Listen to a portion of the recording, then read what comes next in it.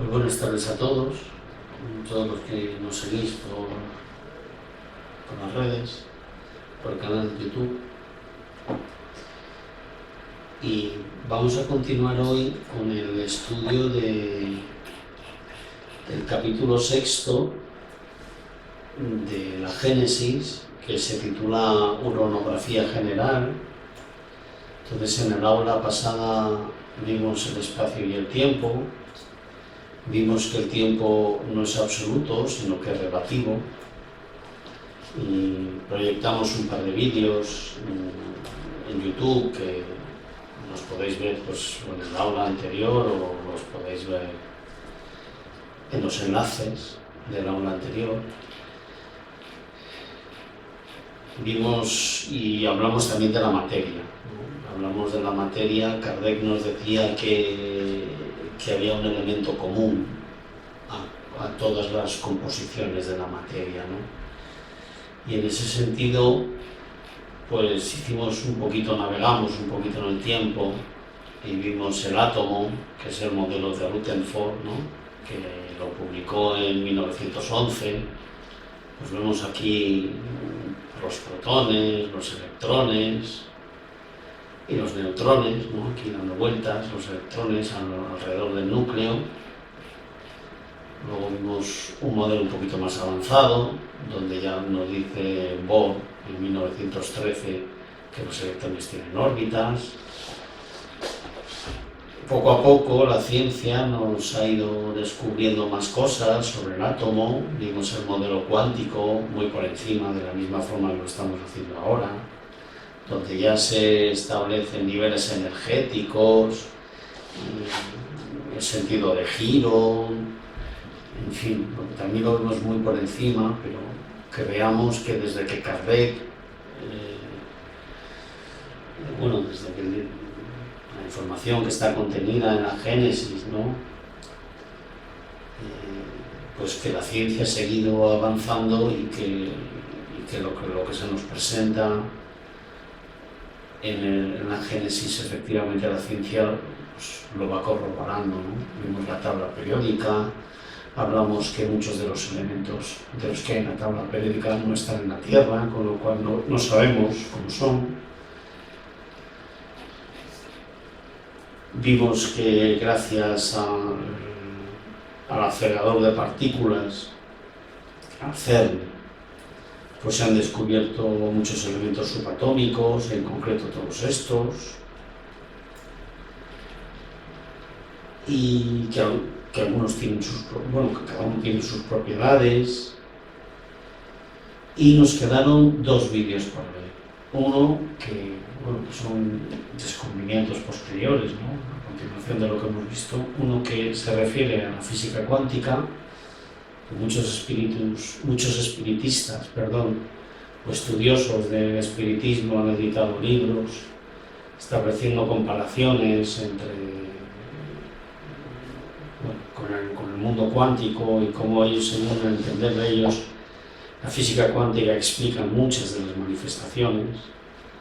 Pues vamos a ver un primer vídeo simplemente para saber qué es eso de la física cuántica. Tener un pequeño barniz de qué es la física cuántica. Se suele decir que la ciencia más avanzada no se diferencia de la magia, y la física cuántica es un gran ejemplo de ello. Tan sorprendente es esta teoría que algunos de los físicos más renombrados de la historia, como el mismísimo Einstein, se negaron a aceptarla. Pero a un siglo de sus inicios, la física cuántica no solo se ha ganado su lugar, sino que está en el albor de una revolución. La física cuántica es una rama de la ciencia que estudia la naturaleza a escala atómica y subatómica. En otras palabras, estudia el mundo de lo pequeño, de las moléculas, los átomos y sus componentes. Hay algunos que probablemente conozcas, como los electrones, protones y neutrones. Pero también existen otros menos famosos, como los quarks o gluones. Este mundo, que no podemos ver a simple vista, es distinto al que sí podemos observar en el día a día. De hecho, sus leyes son tan distintas a las del mundo que nos rodea que desafían el sentido común. Por ejemplo, si suelto esta pelota, todos sabemos lo que va a pasar, porque hemos visto caer cosas al suelo infinitas veces desde que somos bebés. O sea, Todos tenemos incorporadas ciertas nociones básicas de la llamada física clásica, pero esa intuición no funciona para la física cuántica. El reconocido físico español José Ignacio Latorre lo explica así. Te propongo un experimento. La idea es que yo salgo a la calle y veo un coche que está aparcado. Bueno, pues lo que ha pasado ahí, aunque no somos conscientes de ello, es que pues, una partícula de luz, un fotón, ha ido contra la chapa del coche, ha rebotado y ha venido a mi ojo. Si no existiera ese portador de la información, pues no, yo no sabría que hay un coche en la calle. Lo que pasa en el mundo subatómico es que en vez de un coche hay un electrón. Y cuando le llega esa partícula de luz, le produce una alteración incontrolable. Le inyecta energía, lo envía lejos de donde estaba. Entonces, esa es la gran idea que justifica o que fuerza un cambio de paradigma, ¿no? Y es que en el proceso de medir alteramos lo que medimos. Es cuando uno mide, cuando uno observa algo, lo modifica. ¿Difícil? Volvamos para atrás. Para observar, tiene que haber algo que interactúe con lo observado y vuelva a nosotros. En este ejemplo, es un fotón, un pequeño haz de luz que viaja hasta la chapa del auto, o la rueda o el vidrio, da igual, rebota y regresa a nuestra retina. El coche es macroscópico y los fotones no le hacen nada. En cambio, cuando el fotón lo que hace es chocar contra un electrón, sí que lo afecta, y mucho. En proporción, es como si al coche, en vez de enviarle un pequeño haz de luz, le enviaras un cohete gigante. Tras la colisión, el auto no seguirá ahí quietito e intacto en el parking. De ahí deriva la idea de que a nivel cuántico medir cambia aquello que mides, porque estas partículas son tan pequeñas y tan livianas que cualquier acción que hagas contra una de ellas las altera. En lo práctico, esto quiere decir que no podemos saber con precisión cómo opera este mundo de lo ultra pequeño, aunque eso incomodara a Einstein. No podemos hablar de posiciones y velocidades. Por ejemplo, en la física clásica es posible decir con precisión dónde en el mundo me encuentro yo, que soy un conjunto de millones y millones de átomos. Pero a escala atómica y subatómica solo se puede hablar de la probabilidad de que una partícula esté en cierto lugar en determinado momento. A un nivel más abstracto, la física cuántica empujó un cambio de paradigma que trascendió las fronteras de la ciencia y llegó hasta la filosofía. Es que esta teoría cuestiona la propia noción de realidad, de saber, de conocer. La gran paradoja es que este mundo de probabilidad e incertidumbre ha dado lugar a aplicaciones increíblemente precisas. El mejor ejemplo de ello son los relojes atómicos, que como le indica su nombre, utilizan átomos para medir el tiempo con una precisión impresionante y que son responsables del funcionamiento de los GPS. Pero también ha permitido desarrollar el láser, la resonancia magnética, la fibra óptica y más. Incluso hay científicos que creen que estamos cerca de una segunda ola cuántica, dado los enormes avances que se están logrando en la manipulación de partículas aisladas. Controlar la materia a nivel atómico nos permitirá desarrollar tecnologías revolucionarias. Es diseñar medicamentos y no ya esperar a encontrarlos por ensayo y error. Es crear inteligencias artificiales imposibles de diferenciar de los humanos. Es incluso soñar con la teletransportación. Es como si fuera magia.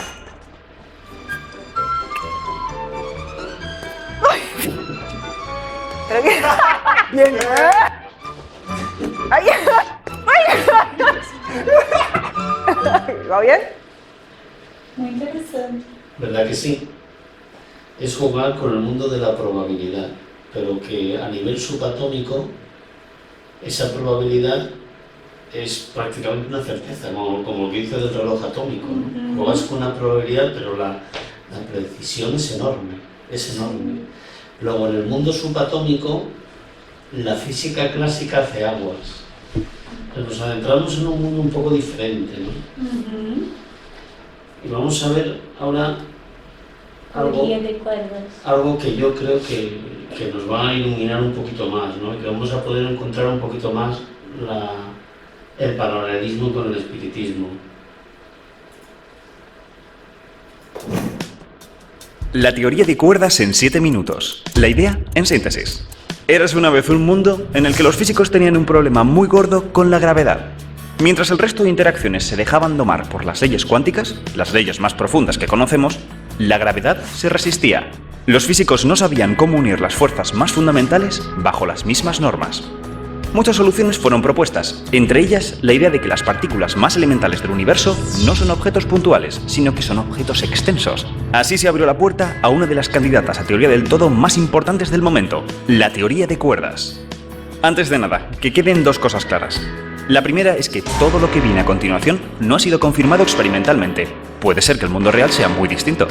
La segunda es que no hay una sola teoría de cuerdas. La teoría de cuerdas es un marco teórico. 5 realizaciones de la idea se engloban aquí, pero la idea general se puede entender con 3 ingredientes esenciales. Uno es la cuerda, un filamento diminuto que, dependiendo de cuánto vibre, genera cada una de las partículas elementales que conocemos, todos los componentes de la realidad a partir del mismo objeto. Las cuerdas también explican cómo las partículas interaccionan. En ciertos modelos, las partículas del modelo estándar, las que conocemos y las que estamos hechos, estarían representadas por cuerdas abiertas, mientras que el gravitón, la elusiva partícula que media la gravedad, estaría representada por una cuerda cerrada. 2 cuerdas abiertas pueden combinarse para dar lugar a una sola cuerda abierta, o partirse por la mitad para formar 2. Así se explicaría cómo interaccionan las partículas que conocemos, por ejemplo, cómo los electrones se repelen.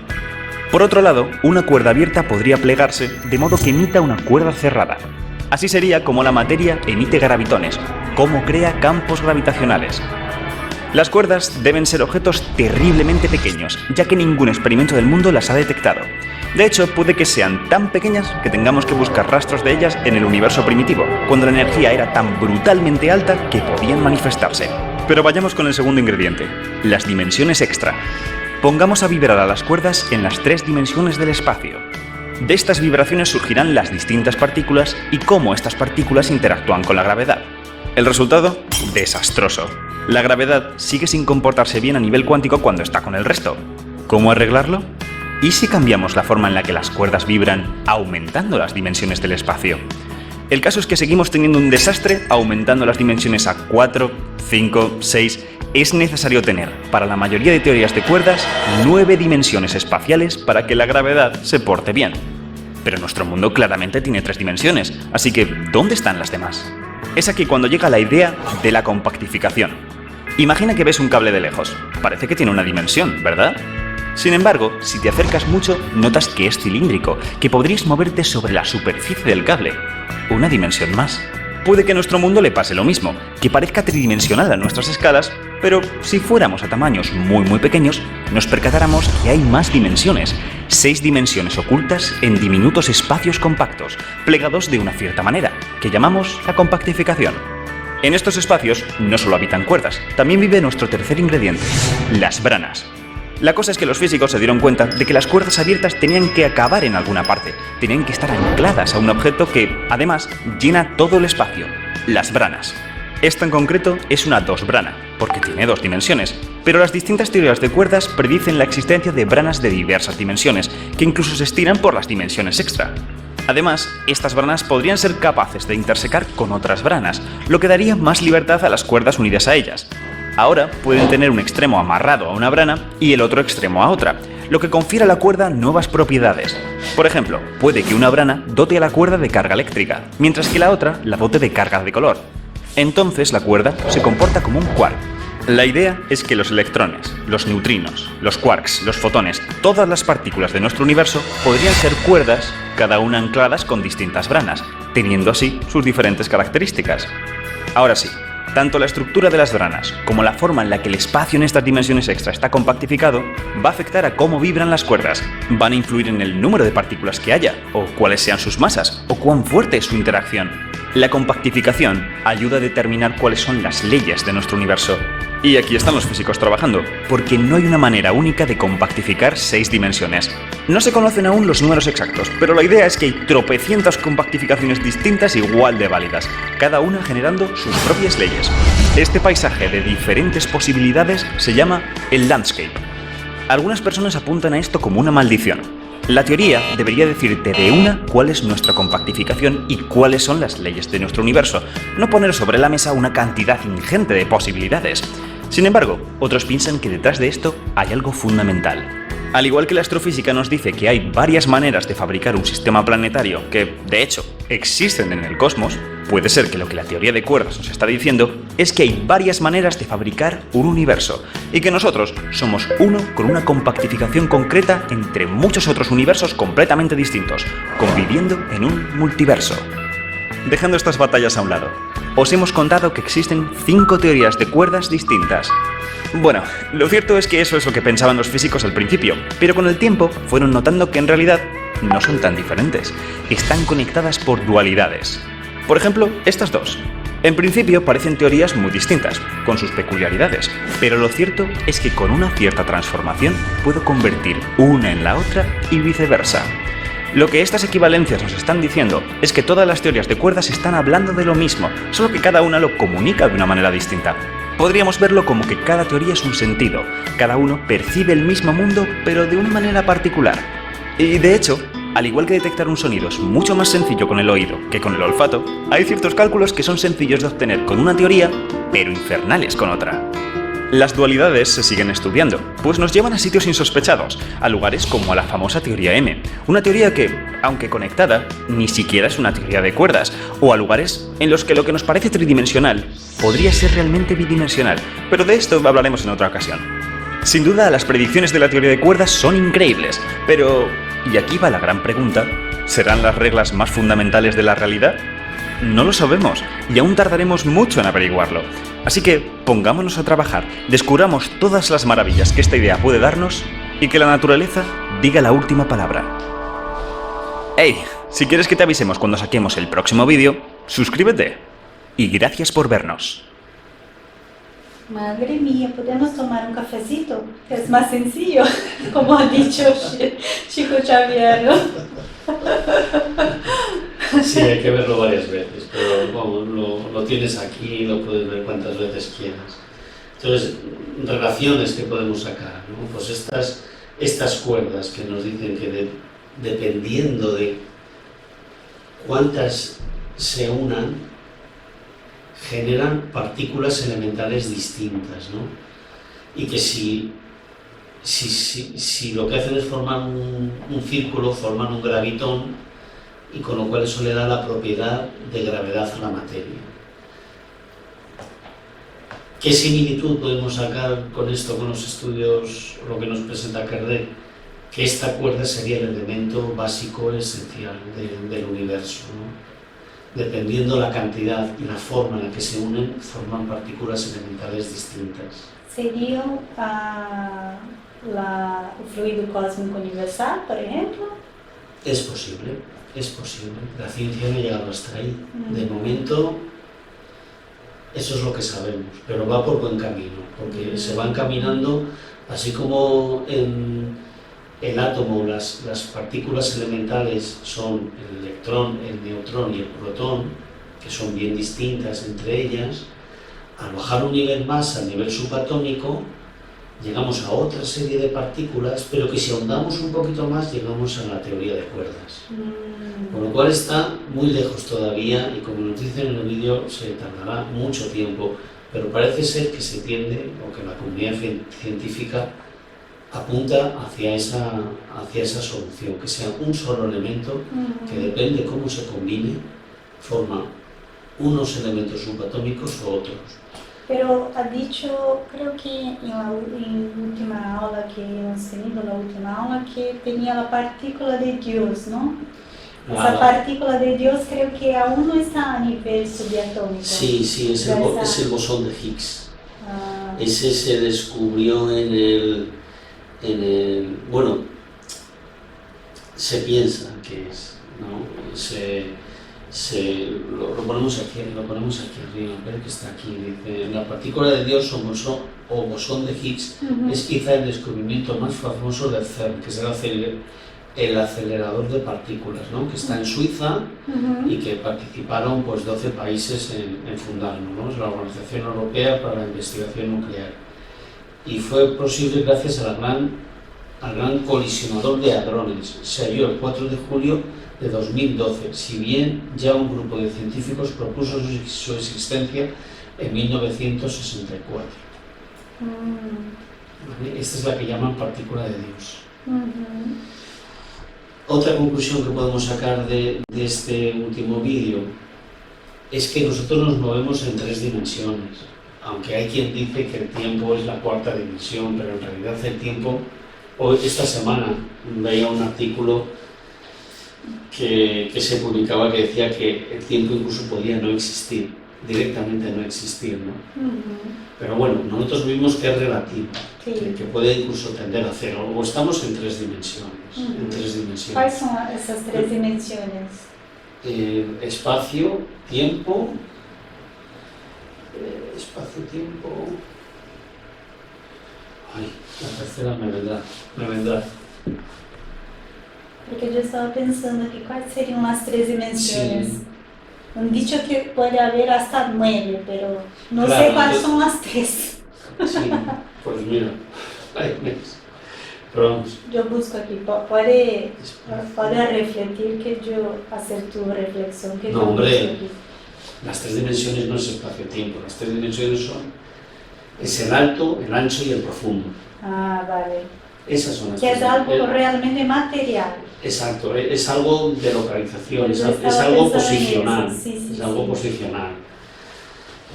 Es como si quieres tomar las medidas de un mueble, ¿no? Para colocar un mueble en tu casa, pues dices cuánto tengo de alto, cuánto tengo de ancho y cuánto tengo de profundo. Y luego ya te vas a la tienda y compras el que cumpla con esas.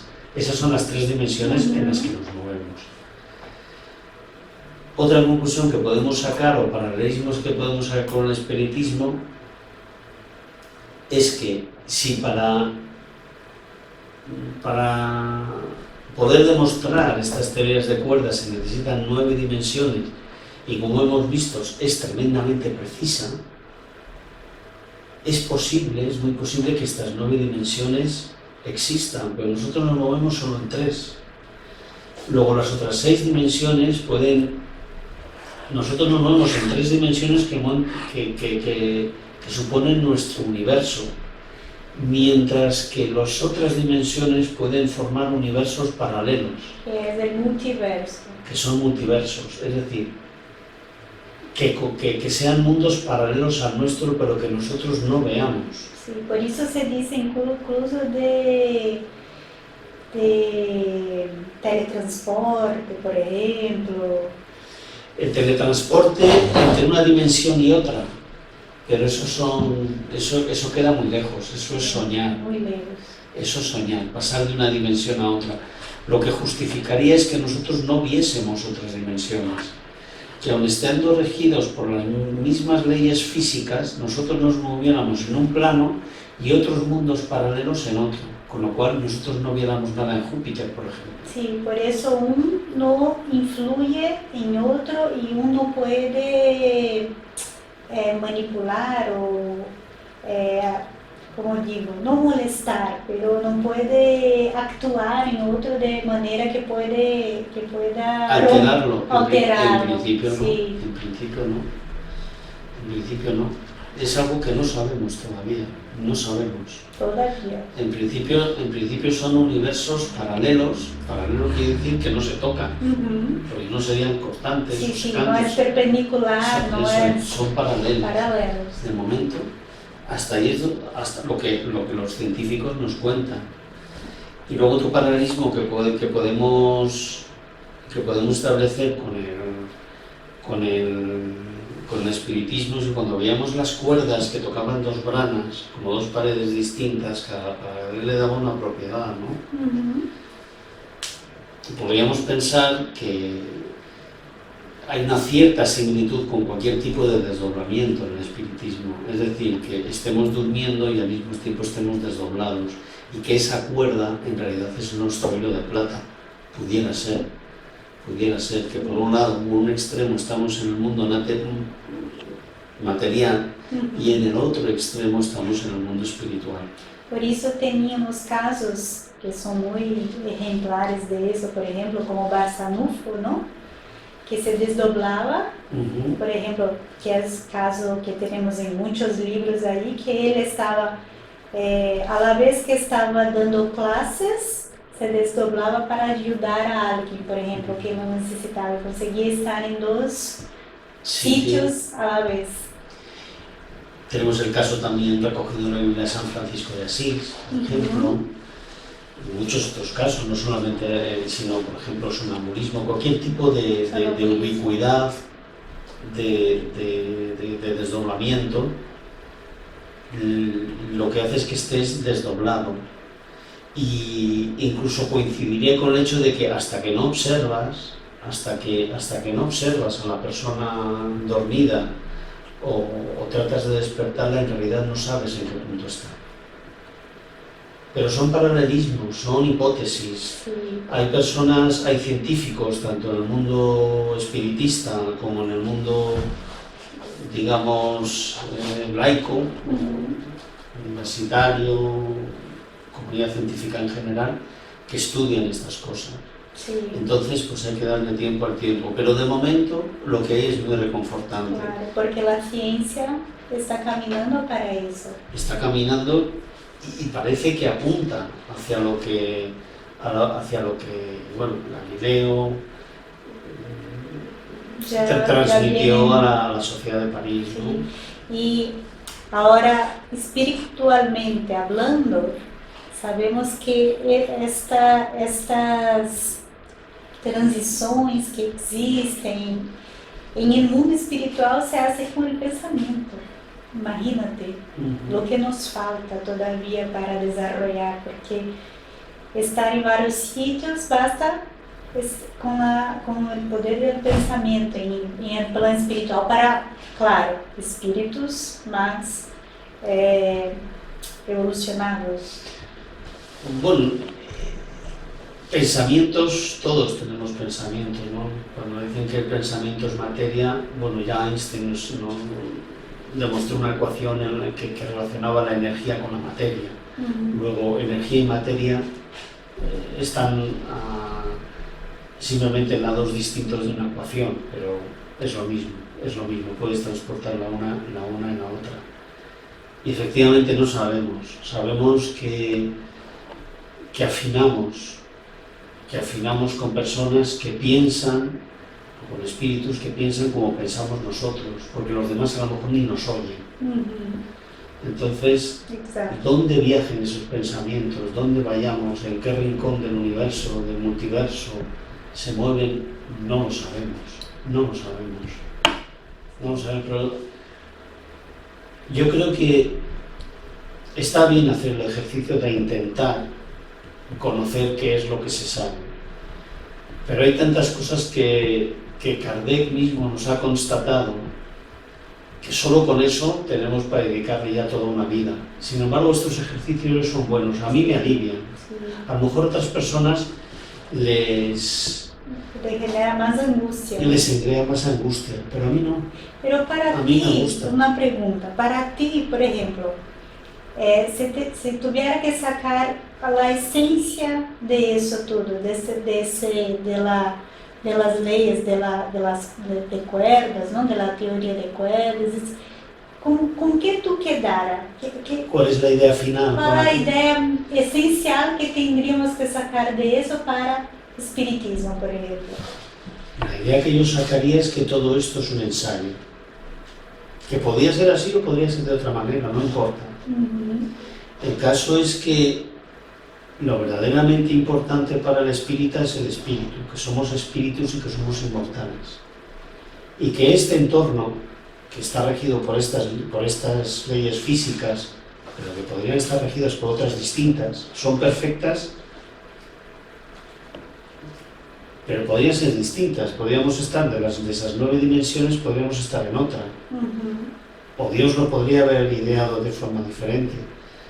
No deja de ser más que un ejercicio en el que nosotros honramos la inteligencia infinita de Dios, intentando entenderlo, entender el mundo en el que amanecemos todos los días, pero que en realidad lo trascendental de todo esto, lo trascendental no está en el mundo de la materia ni en entender el mundo de la materia. Lo trascendental de todo esto es ser conscientes de quién somos, hacia dónde vamos y cuál es nuestro objetivo, y que en la medida en que entender el mundo que nos rodea nos ayuda a ser más inteligentes,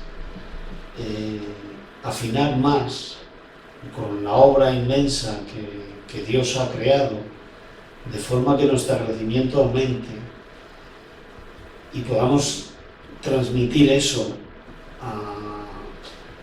a dilucidar o a decidir la mejor de las opciones en nuestro mundo moral. Ese es el objetivo último.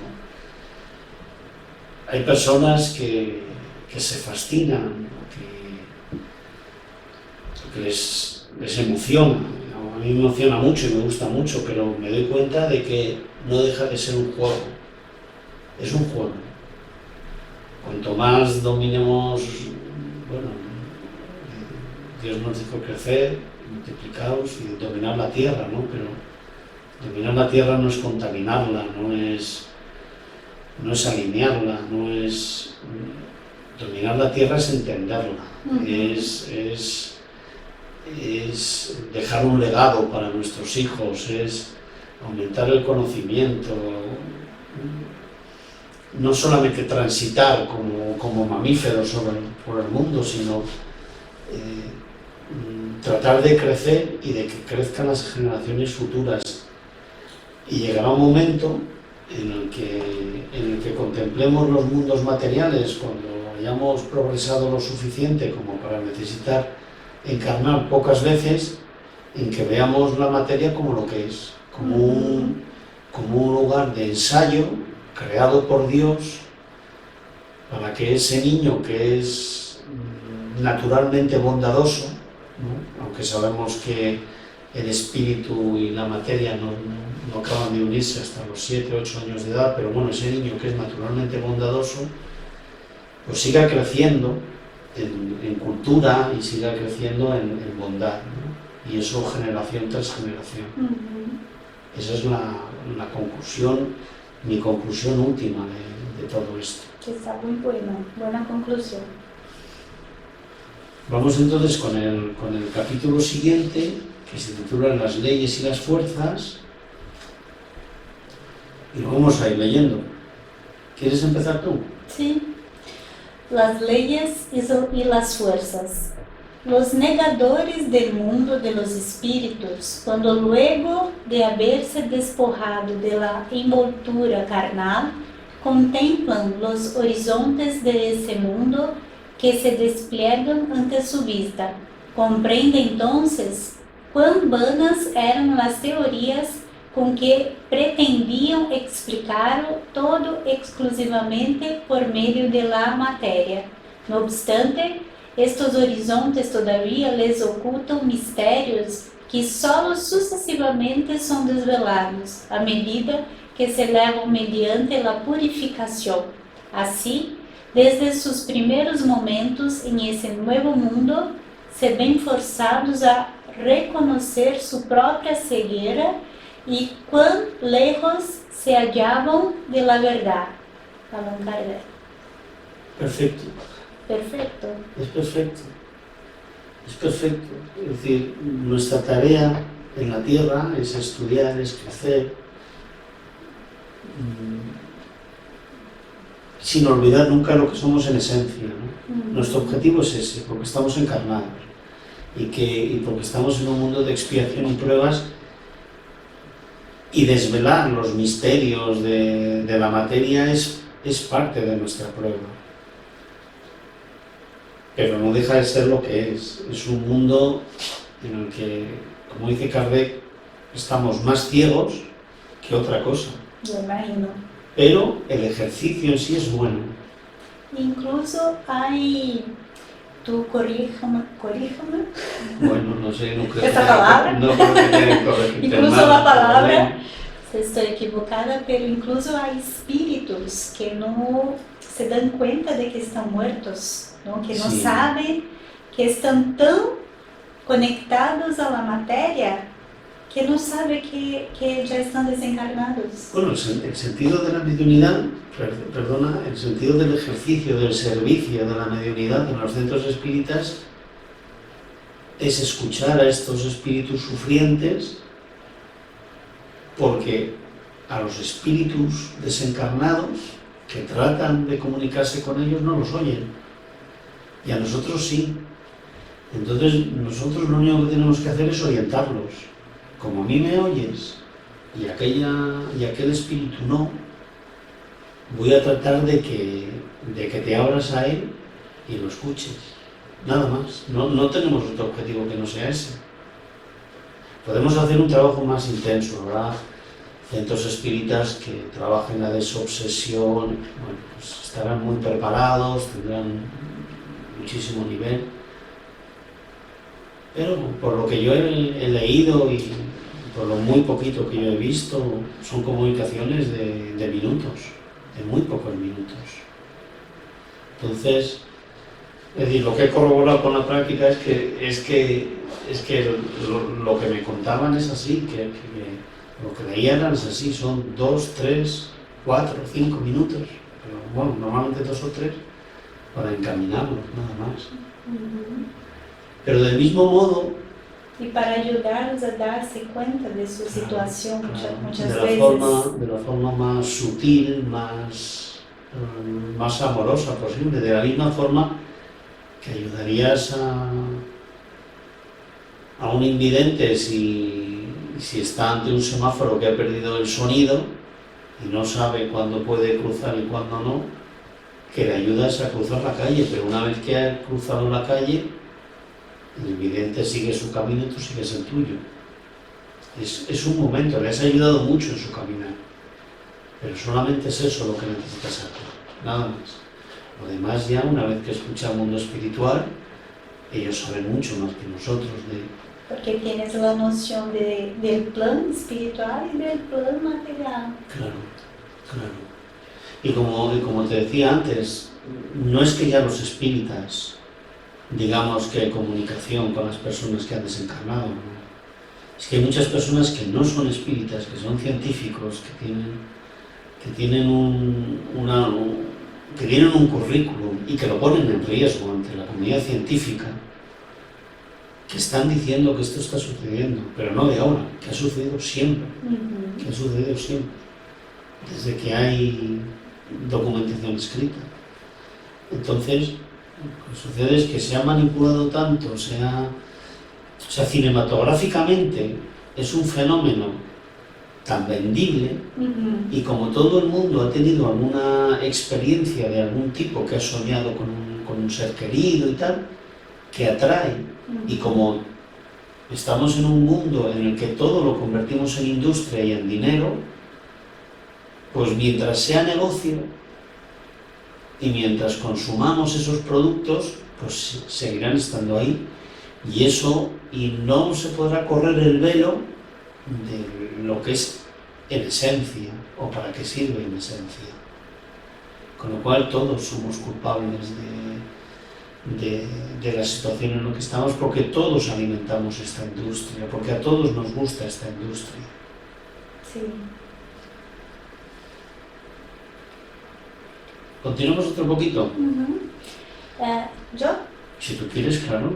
Existe un fluido etéreo que colma el espacio y penetra los cuerpos. Ese fluido es el éter o materia cósmica primitiva, de la cual estábamos hablando anteriormente, ¿no? Generadora del mundo y de los seres. Son inherentes al éter las fuerzas que han precedido las metamorfosis de la materia, las leyes inmutables y necesarias que rigen el mundo. Entonces, esto es lo que nos dice la Génesis, ¿no? Que hay un éter que es un elemento primitivo del cual partió todo. Hasta donde ha llegado la ciencia ahora serían esas cuerdas. Esas cuerdas estarían por todo el espacio y depende cómo se unen, forman un elemento u otro, la combinación de muchos elementos, forman materiales. Eso sería este éter. Pero ¿qué dice la ciencia sobre el éter, no? Hay un término en el vídeo que vamos a ver ahora que le llaman materia oscura. Solo voy a contar lo que es la materia oscura. La materia oscura es una materia que une el universo. Porque si no, piensan los astrónomos que el universo se expandiría de forma hasta los límites del propio universo. Entonces piensan que hay una fuerza que mantiene unida al universo, y esa le llaman materia oscura. Lo digo solamente a efectos de que cuando lo nombren en el vídeo sepamos lo que es.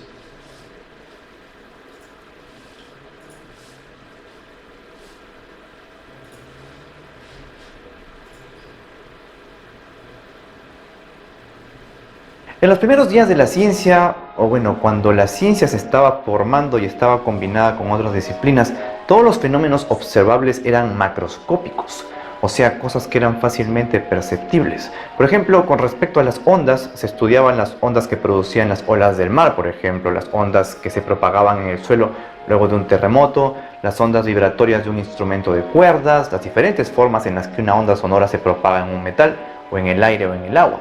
Todos estos tipos de ondas tienen algo en común. La materia está involucrada. La materia es el medio en el cual viajan. Ejemplos facilitos. Las ondas de sonido son ondas longitudinales. Las vibraciones en una cuerda de guitarra son transversales. Cuando mueves una cuerda rápidamente hacia arriba, hacia abajo, ¿ves? Ahí está, onda transversal.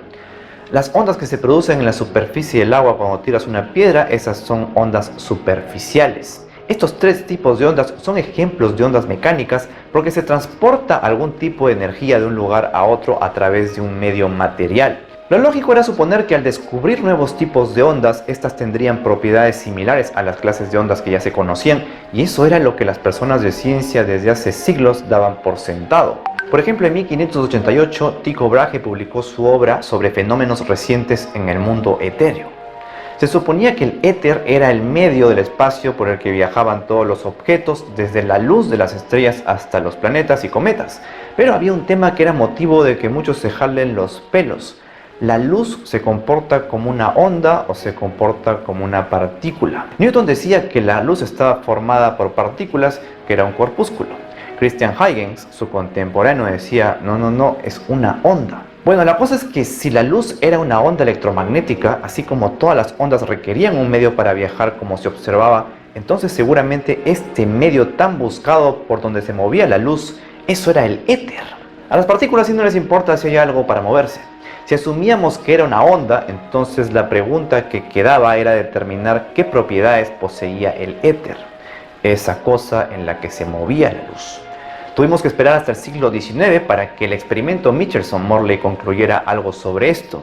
Ellos dijeron, bueno, señores y señores, lo siento mucho, pero los resultados muestran que la existencia del éter es nula. O sea, no pudieron detectar ningún éter. Los entusiastas del éter de aquel entonces saltaron diciendo que no era suficiente prueba. Plantearon cuestiones sobre qué podría haber pasado o qué se debería haber hecho. ¿Podría el éter de repente estar siendo arrastrado por objetos que viajaban por el espacio como la Tierra incluso? Y por eso se obtuvo un resultado nulo y sacaron también otras hipótesis más. Todas estas posibilidades se consideraron seriamente hasta que apareció el mismísimo Albert Einstein. Una vez que Einstein expuso su teoría de la relatividad, demostró que las leyes de la física deberían ser las mismas para todos los observadores en todos los marcos de referencia. Siendo esto así, la idea de un marco de referencia absoluto como el éter, pues eso representaba la idea, ya no era necesario, o bueno, no era sostenible.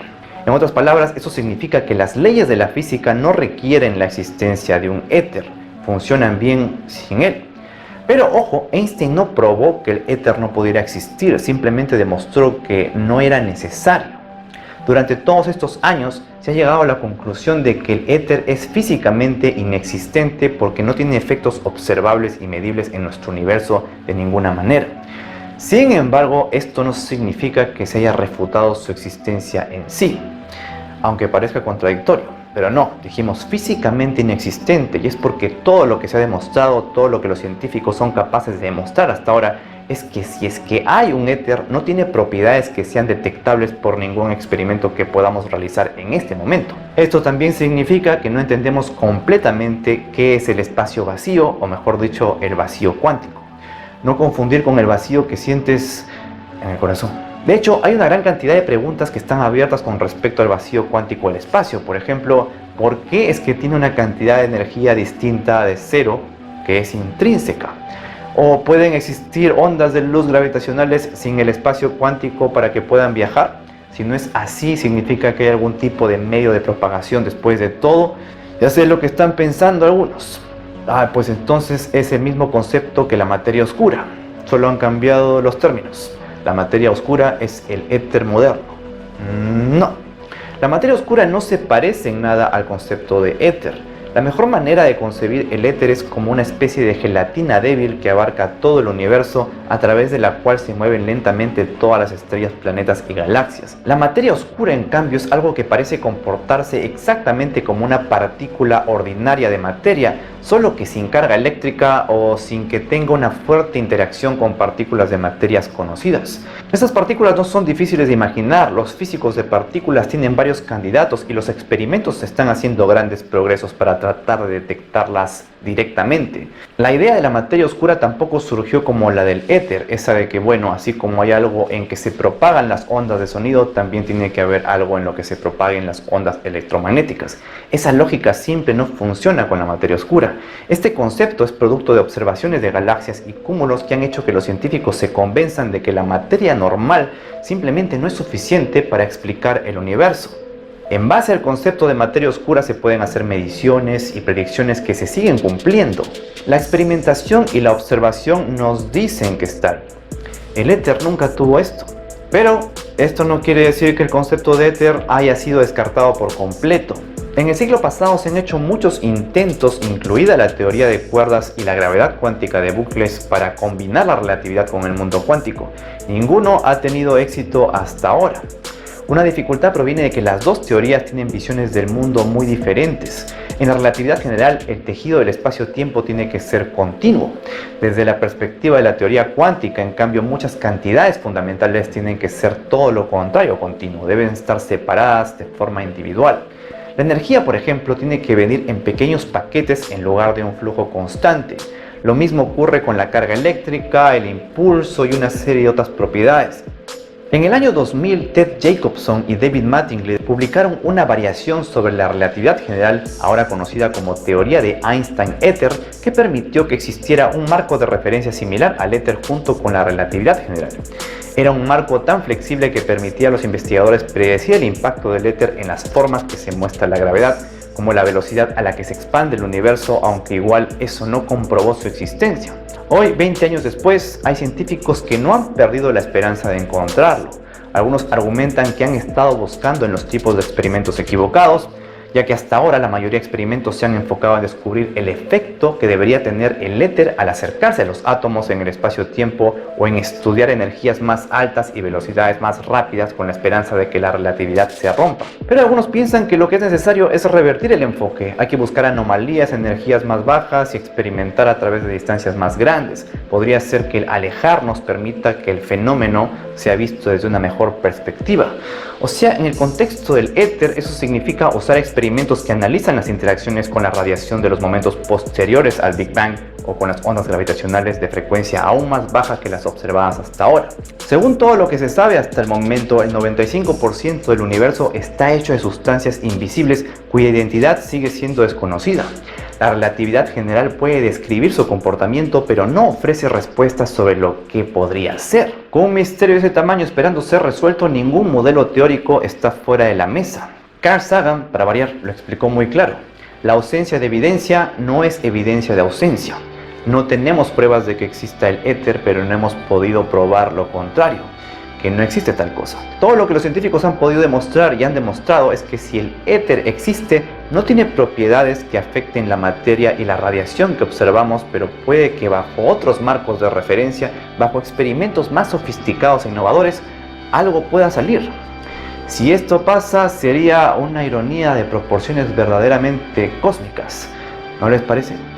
¿Quieren ganarse un premio Nobel? Demuestren que existe el éter. Muy bien, pues Sí. en conclusión, no se sabe. Se piensa que existe, pero no se sabe. Se estudia, se sabe que no es la materia oscura, Están en camino. pero están en camino. Lo que dice la sociedad científica es que no lo podemos medir, pero el hecho de que no lo podamos medir no significa que no exista.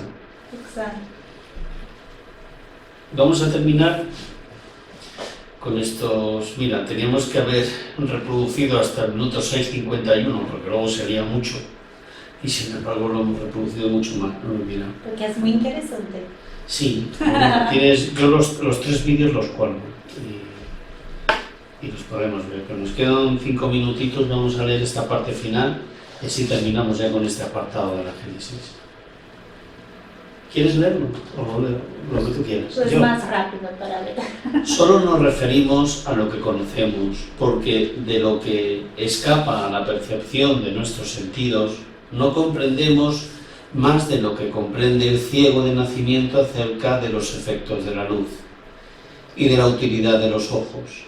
Es posible, pues, que en otros medios el fluido cósmico tenga otras propiedades, sea susceptible de combinaciones de las que no tenemos idea alguna, produzca efectos adecuados a necesidades que no conocemos y favorezca percepciones nuevas u otros modos de percepción. No contemplamos, por ejemplo, que se pueda ver sin los ojos del cuerpo y sin la luz, pero ¿quién puede afirmar que no existen otros agentes que no sean la luz, adecuados a organismos especiales? La vista sonambúlica, que no se ve limitada por la distancia ni por los obstáculos materiales ni por la oscuridad, nos ofrece un ejemplo de ello. Supongamos que en un mundo cualquiera los seres sean normalmente lo que nuestros sonámbulos son excepcionalmente, puesto que no precisan de la luz ni de los ojos, verán lo que no podemos ver. Lo mismo se dará con todas las otras sensaciones, las condiciones de vitalidad y de perceptibilidad. Las sensaciones y las necesidades varían según los medios. Es la misma conclusión a la que llega el vídeo. Exacto. Y por último, el último ítem de